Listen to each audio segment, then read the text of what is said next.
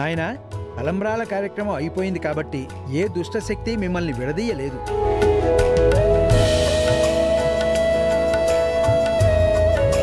గుళ్ళో రక్తం కళ్ళ చూసినప్పుడు శుభమాన్ స్వామివారి కళ్యాణానికి వస్తే ఇలా జరిగింది ఏంటా అని భయపడ్డాను. కానీ ఆ భయాలన్నీ పోగొట్టి స్వామివారు మా కుటుంబానికి మంచి చేశారు. మొదటిసారిగా నా కొడుకులిద్దరూ కళ్యాణంలో కూర్చున్నారు, తలంబ్రాలు పోసుకున్నారు. మనసుకు చాలా సంతోషంగా ఉంది.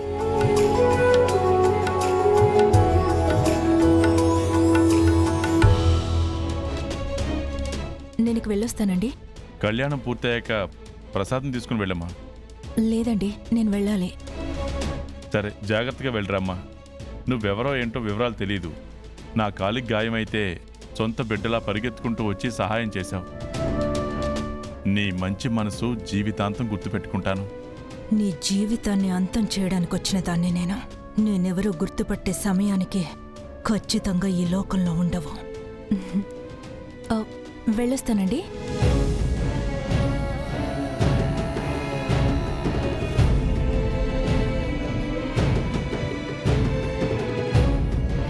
ఏంటమ్మా? ఏంది వెతుకుతుండావు? నా పర్స్ ఇక్కడెక్కడ పెట్టానండి.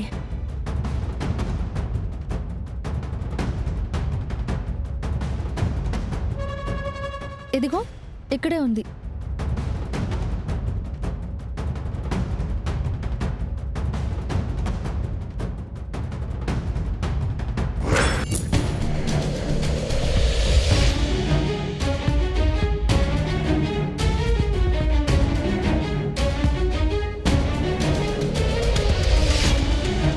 ఇప్పుడు ఆ ఫోటో గనక వీళ్ళు చూశారంటే నేనొచ్చింది కృష్ణంరాజు కోసమే అని తెలిసిపోతుంది.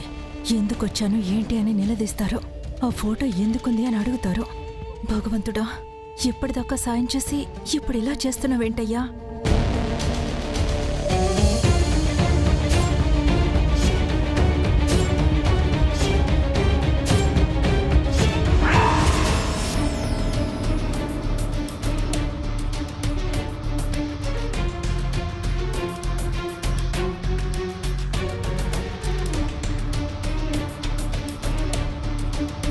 లాక్కుంటున్నావెందుకు? ఏదో ఫోటోనే కదా. ఇది కేవలం ఫోటో కాదండి, నా ప్రాణం కంటే ఎక్కువ. అదృష్టం కొద్దీ మీరు చూశారు కాబట్టి సరిపోయింది. లేదంటే ఎన్నో ఏళ్లుగా ప్రాణప్రదంగా దాచుకున్న ఫోటో పోయేది. అంత ముఖ్యమైందా అది? చాలా ముఖ్యమైంది. ఇదే నా జీవితం, నా లక్ష్యం, నా గమనం. అంత గొప్పగా చెప్తుండావు. ఎవరి ఫోటో అమ్మాది? ఏది ఒకసారి చూపించు. కొన్నిటిని ఎవరికి చూపించుకోలేమమ్మా. ఇది నాతోనే ఉండాలి, నేను మాత్రమే చూడాలి. రోజు ఉదయాన్నే నిద్రలేవగానే ఈ ఫోటో చూసి నా లక్ష్యాన్ని గుర్తు చేసుకుంటూ ఉంటానండి. అందుకే ఇది నాకు మాత్రమే సొంతం. అంత గొప్ప వ్యక్తి ఫోటో మేం కూడా చూస్తాం కదమ్మా, ఒకసారి చూపించు. లేదండి, ఇది మీకు చూపించే ఫోటో కాదు. మరీ విచిత్రంగా మాట్లాడుతూ ఉండవే. ఫోటో చూపిస్తే ఏమవుతుంది? చూపించరాదు. అంత చూపించకూడని ఫోటోనా అది? మా మావయ్య గారు అడుగుతున్నారు కదా, చూపించు. ఇవ్వు.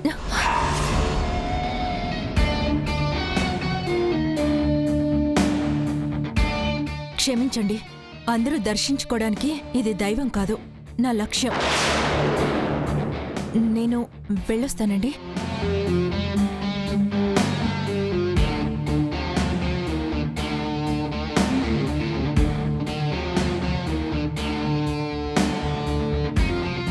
ఈ పాపెవరో చాలా విచిత్రంగా ఉండాదే. అన్ని మాటలు చెప్తుండాది కానీ ఫోటో మాత్రం చూపించకుండా పోతుండాది. సర్లే అమ్మా, ఎవరి నమ్మకాలు వాళ్ళవి. ఆ ఫోటో ఎవరిదో, ఆ అమ్మాయి మనసులో ఏ లక్ష్యం ఉందో.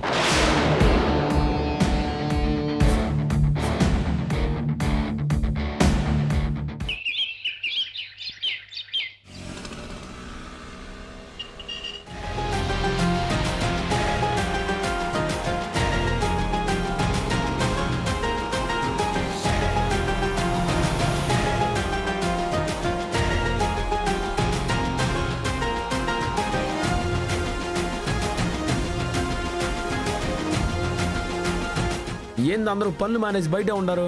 రే, వాళ్ళందరూ మీకు వెల్కమ్ చెప్పడానికి వచ్చారా?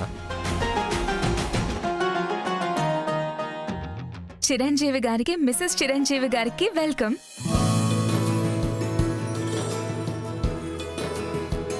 వెల్కమ్. సార్, మీ ఇద్దరి కోసం ఒక చిన్న దండ.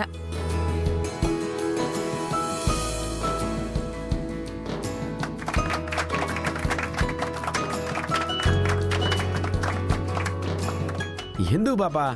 ఏదో సినిమా హీరో కేసిన మాదిరి. మీరు మాకు హీరోనే కదా సార్. ఆ, ఆ, అయినా నువ్వు నెల రోజులు లీవ్ పెట్టుండవు కదా, అప్పుడే వచ్చేసి ఉండవేంది? మీకోసమే వచ్చేసాను సార్. అదే మీరు పెళ్లి చేసుకున్నారని తెలిసి విషెస్ చెప్దామని వచ్చాను.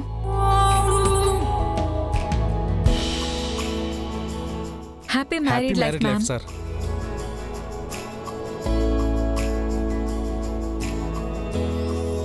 థ్యాంక్స్ అండి. Thank you, thank you.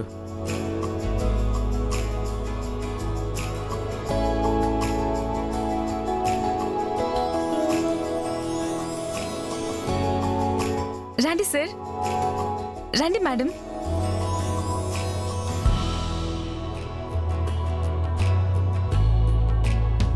ఏంటిదంతా? బయట బొకేస్ ఇచ్చి దండలు వేశారు కదా. అది కాదు సార్, సార్ మేడం వాళ్ళ మ్యారేజ్కి మేము ఎలాగో రాలేకపోయాం కదా, ఏదో మా ముందు కేక్ కట్ చేస్తే హ్యాపీగా ఉంటుంది. సరే సరే, మీ ఆనందాన్ని నేనెందుకు కాదనాలి? కానివ్వండి.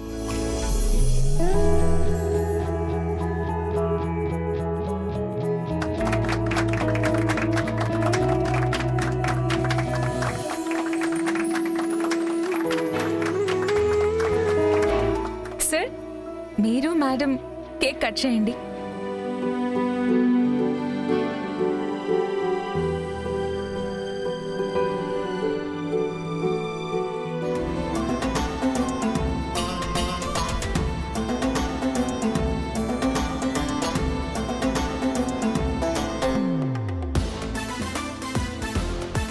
ఏమే, నా పేరు కోసినంత మాత్రాన నన్ను కోసినట్టు ఫీల్ అవుతా ఉండవా? నాకు తెలుసులే పాపా, నేను నీడిసి పెడితే మర్డర్లు కూడా చేస్తావు. ఏమే, పేరు కోయటం నీకేనా? నాకు రాదా? ఏమే,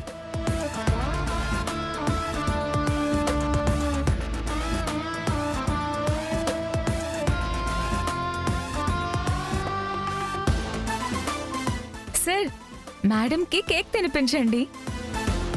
అలాంటిదేమొద్దు. ప్రేమగా అడుగుతా ఉంటారు కదా, కాదంటే అట్ట చెప్పు.